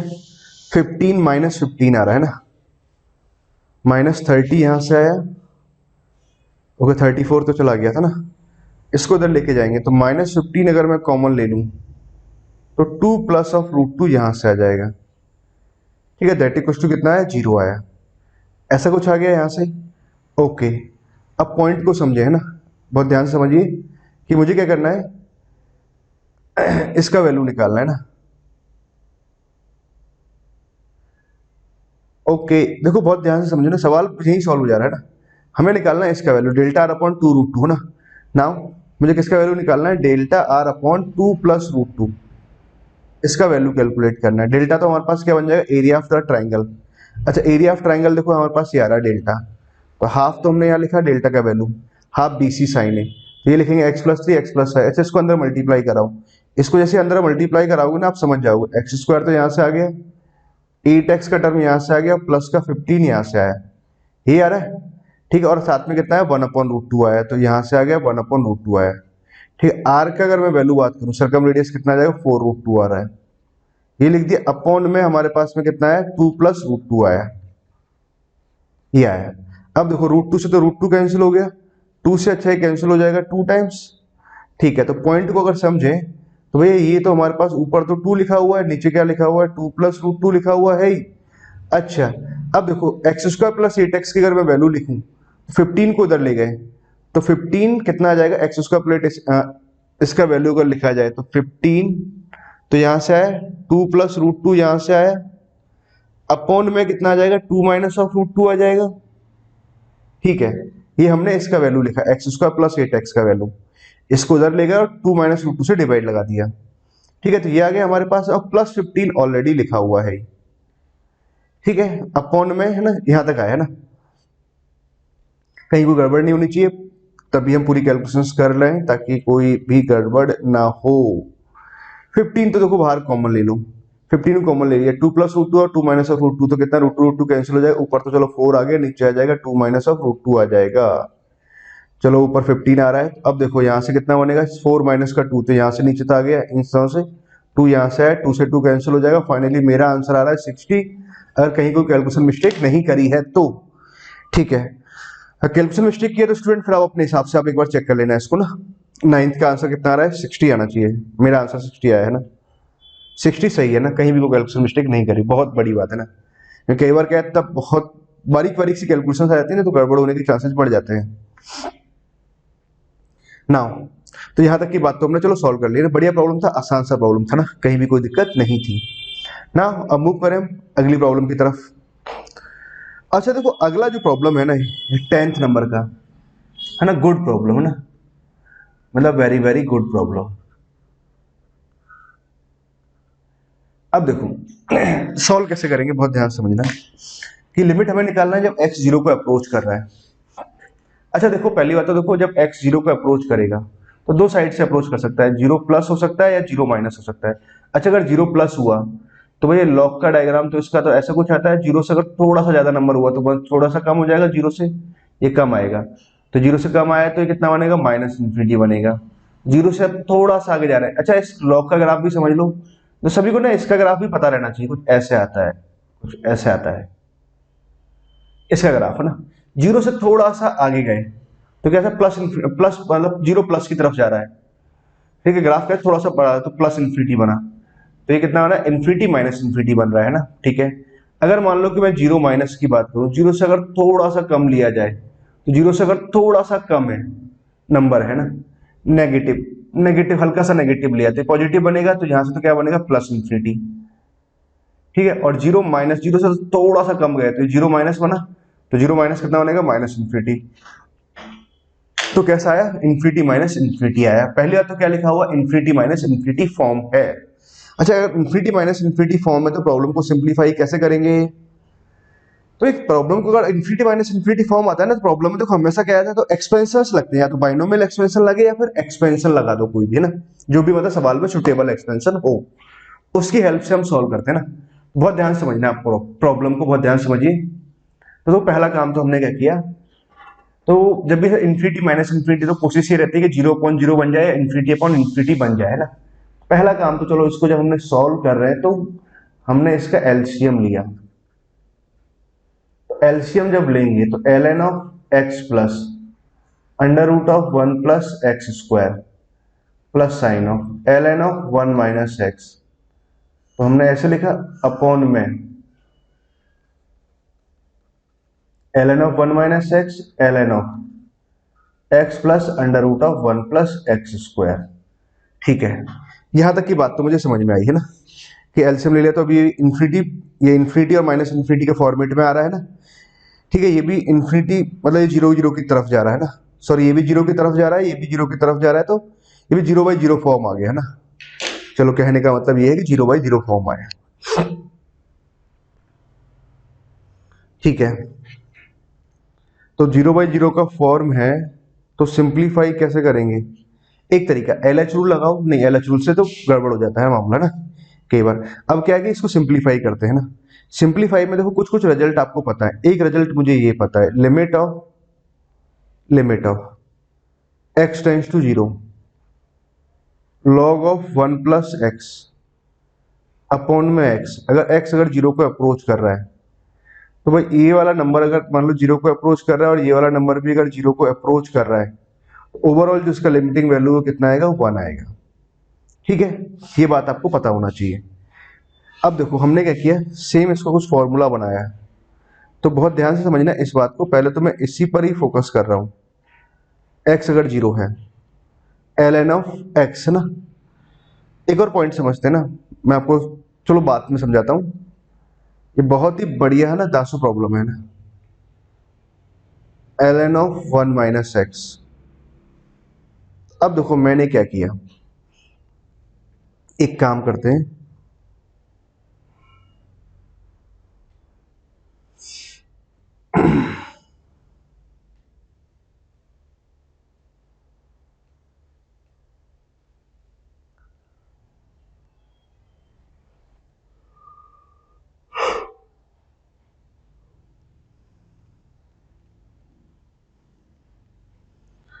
समझो 1 माइनस एक्स तो यहां लिखा हुआ है, माइनस एक्स तो मैंने यहां लिखा और माइनस एक्स यहां लिखा। एक्स जीरो को अप्रोच कर रहा है, तो देखो ये सेम क्वांटिटी यहाँ लिखा हुआ है, ये क्वांटिटी यहाँ लिखा हुआ है, तो ओवरऑल कहाँ अप्रोच करेगा, 1 को अप्रोच करेगा, मतलब इसका लिमिटिंग वैल्यू तो 1 आ जाएगा। बट आपको एक बात पता होना चाहिए, हम जब भी लिमिट लेते हैं तो एक साथ लिमिट लेते हैं ना, ठीक है। वैसे यहाँ पे आप अलग अलग भी लिमिट ले सकते हैं, बट ओवरऑल का लिमिट एग्जिस्ट करना चाहिए और जीरो नहीं आना चाहिए ना, तो गड़बड़ हो जाएगा मामला ना। किसी एक सेपरेट लिमिट जीरो नहीं होना चाहिए किसी का भी ना। नाउ अब हमने क्या किया, यहाँ पर ऐसे कुछ पॉइंट लिखा हुआ है ना, तो x जब जीरो को अप्रोच कर रहा है तो जीरो जीरो, तो यहाँ 1 को अप्रोच कर रहा है, तो मैंने क्या किया, इसको फॉर्मूला बनाया 1 प्लस, ठीक है, 1 जोड़ दिया 1 सब्ट्रैक्ट कर दिया, तो उसको ऐसे लिख दिया x minus 1 plus under root of 1 plus x square upon में हमने क्या लिखा, x minus 1 plus under root of 1 plus x square, और यहाँ पर भी लिखा हमने x minus 1 plus under root of 1 plus x square, ठीक है। ओके, इसका लिमिट में कोई समस्या नहीं है, इसके लिमिट में अब कोई समस्या नहीं है, 1 आ जाएगा, ठीक है। यहां तक की बात हमारे पास चली, x माइनस 1 और 1 प्लस अंडर रूट ऑफ ऐसे कुछ लिखा हुआ है। अब देखो पॉइंट को समझते चले है ना बहुत ध्यान से, कोशिश यही है कि समझ में आ जाएगा बच्चों को ना। इन दोनों की लिमिट को चलो मैं बाहर निकाल के एक बार को 1 1 लिख देता हूँ ना, माइंड में ये कि 1 1 आ गया ना। ठीक है, अब मैंने एक और काम क्या किया, देखो यहाँ से मैं इस वाले पार्ट को लेता हूँ कॉमन, तो log m, तो log ऑफ ln, तो under root of 1 plus x square आएगा, तो इसको मैंने लिख दिया 1 प्लस एक्स स्क्वायर। बाई 2 आ रहा था, बाई 2 को चलो मैंने यहाँ लिखा, ठीक बात है।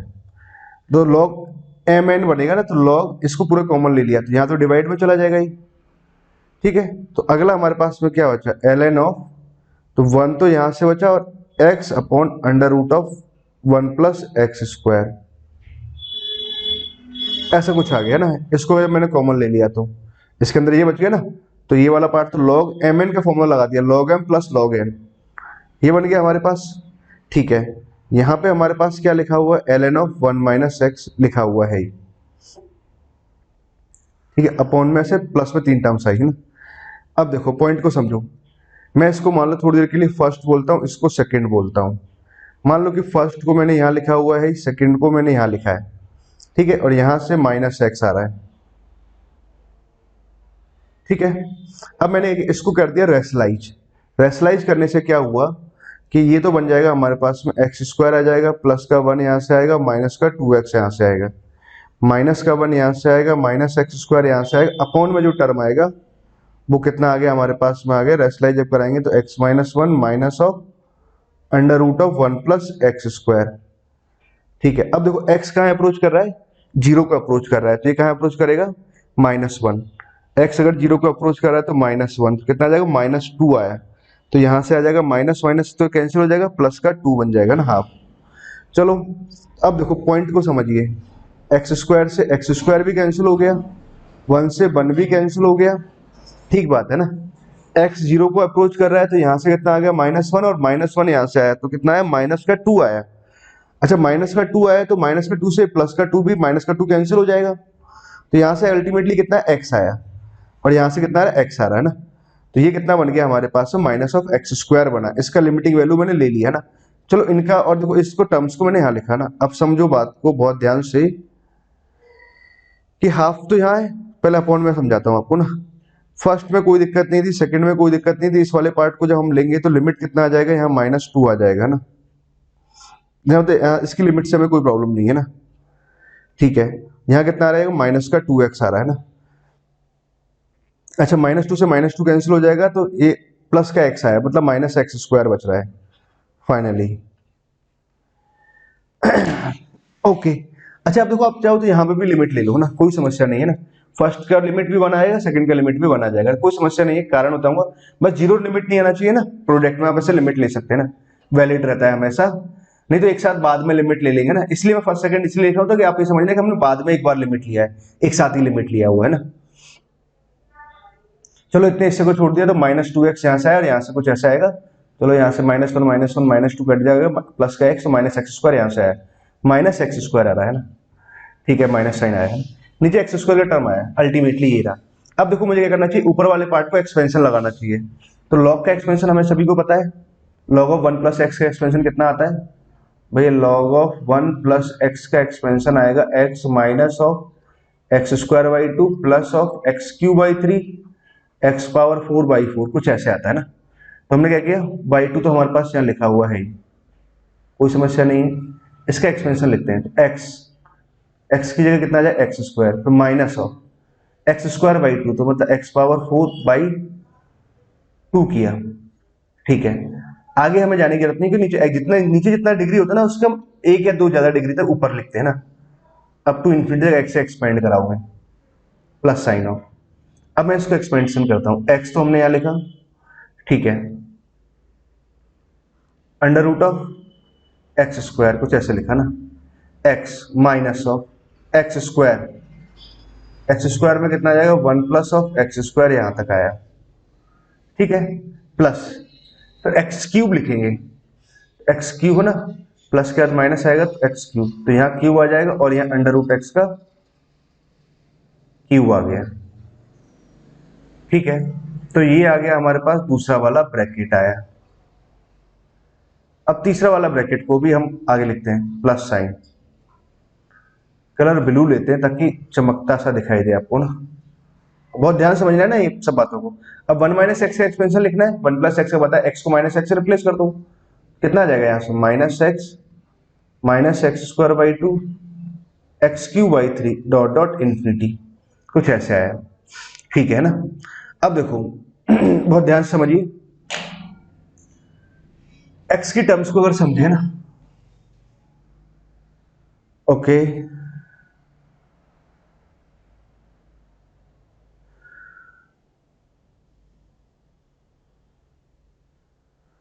ओके, समझो बच्चों, बहुत ध्यान से समझना है हमें। Limit of x tends to zero, तो हाफ तो हमने यहाँ लिखा x square minus x power four by two up to infinity, है ना। ठीक है, देखो मेनली क्या, इस टर्म को मैं सिंप्लीफाई करता हूँ, तो ये कितना लिखा हुआ हमारे पास में, one plus x square power में कितना लिखा हुआ है माइनस हाफ। इसका जब मैं एक्सपेंशन लिखूंगा तो वन प्लस एन एक्स लिखेंगे, तो एक्स तो यहाँ पर है ही, तो वन प्लस एन, एन का वैल्यू कितना आ जाएगा माइनस हाफ, एक्स का वैल्यू कितना है एक्स स्क्वायर आया, फिर n into x power four का बनेगा अगला टर्म ना। चलो ठीक है, हमें जरूरत नहीं है उस टर्म की, ये हमने यहां से लिखा माइनस ऑफ एक्स स्क्वायर, तो ये इसको हम जब माइनस वन लिखेंगे तो कितना आ जाएगा वन प्लस एन एक्स, तो ये बन जाएगा, पावर जब ऊपर लेके जाएंगे ना माइनस वन, एन का वैल्यू तो आ गया माइनस वन, एक्स का वैल्यू कितना आ गया एक्स स्क्वायर आया। ठीक है, ऐसे कुछ चलेंगे और डॉट डॉट कुछ अप टू इन्फिनिटी तक ये जाएगा। देखो मैंने क्या किया, अभी इन दोनों टर्म्स को लिख रहा हूं मैं ना, आप समझने की कोशिश करना मेरी बात को। इस वाली टर्म को लिखा अभी मैंने, और एक इस वाली टर्म को मैंने अभी लिखा ना, बाकी इस टर्म को अभी मैंने एज इट इज यही रख दिया ना। अपॉन में एक्स स्क्वायर है और माइनस एक्स स्क्वायर है, ये मुझे पता है ना, बाकी मुझे कहीं से कोई समस्या नहीं है। अब देखो पॉइंट क्या है, पॉइंट अब समझना ना, अब यहां से आप प्रॉब्लम को सॉल्व करने के हम डायरेक्शन में चल रहे हैं ना। यहां से कितना आया माइनस एक्स आ रहा है, एक्स स्क्वायर बाई टू आया, बस इतना ही हमें चाहिए ना। अब देखो पॉइंट को समझिए, एक्स का टर्म यहां से आ रहा है प्लस का एक्स और माइनस का एक्स आया, कट गया, इसको हटा देते हैं, एक्स स्क्वायर की टर्म ढूंढते हैं। तो भैया एक्स स्क्वायर की टर्म अगर मैं ढूंढूंगा तो एक्स स्क्वायर की टर्म यहां से आ रहा है एक एक्स स्क्वायर, चलो लिख लेते हैं वन बाई टू आया। एक्स स्क्वायर की टर्म यहां से कहीं आ रहा है, एक्स को जब अंदर मल्टीप्लाई कराएंगे तो एक्स का टर्म आएगा, एक्स स्क्वायर का टर्म यहां से आ रहा है, हाँ माइनस वन आ रहा है। ठीक है, एक्स स्क्वायर का टर्म यहां से आ रहा है, हाँ माइनस हाफ आ रहा है। ठीक है, बाद में तो फिर क्या आएगा, एक्स क्यूब का टर्म आ रहा होगा, जो कुछ भी कोफिशिएंट आए कोई खास फर्क नहीं पड़ता। अपॉन में यहाँ कितना आ रहा होगा, उस सबकी लिमिट वन वन हमने पुट कराई दी है ना, अब आप समझ गए होंगे कि हाँ लिमिट से कोई प्रॉब्लम नहीं है। एक्स स्क्वायर जब मैं यहाँ से कॉमन लूंगा तो एक्स स्क्वायर से एक्स स्क्वायर कैंसिल हो जाएगा, एक्स जब जीरो का अप्रोच कराएंगे तो सारा जीरो चला जाएगा ना, हाफ से हाफ यहाँ कैंसिल हो जाएगा, माइनस वन तो यहाँ लिखा हुआ है ही। ठीक है, तो यहाँ से आया माइनस वन। ठीक है, और कहीं मैंने कुछ गड़बड़ कर रखी है क्या, x minus one plus sign, तो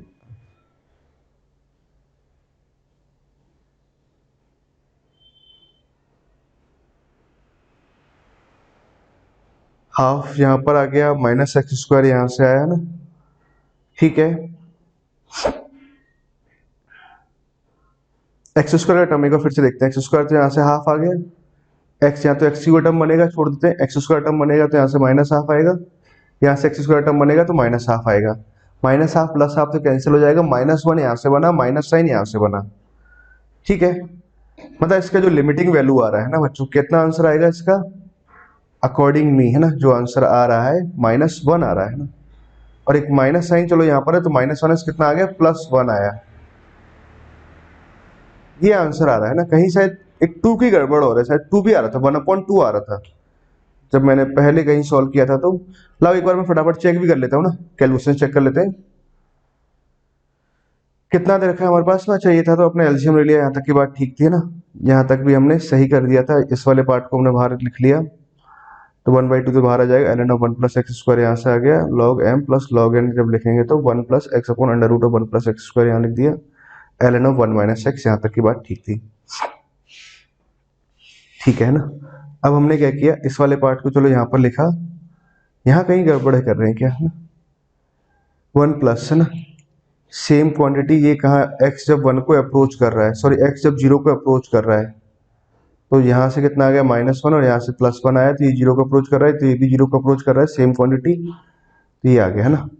ठीक है, x माइनस वन हमने यहाँ लिखा, अब हमने क्या किया, रेशनलाइज कराया, तो इसका स्क्वायरिंग करेंगे माइनस इसका स्क्वायरिंग कराएंगे तो एक्स स्क्वायर माइनस का 2x प्लस का 1 ठीक है, -1 माइनस एक्स स्क्वायर भी ठीक है, x -1 यहाँ से आएगा, माइनस ऑफ यहाँ से आएगा, x 0 को अप्रोच कर रहा है तो -1 यहाँ से आया, -1 यहाँ से आया, माइनस का 2 आया, और -2x हमारे पास में ऑलरेडी लिखा हुआ है ये ना,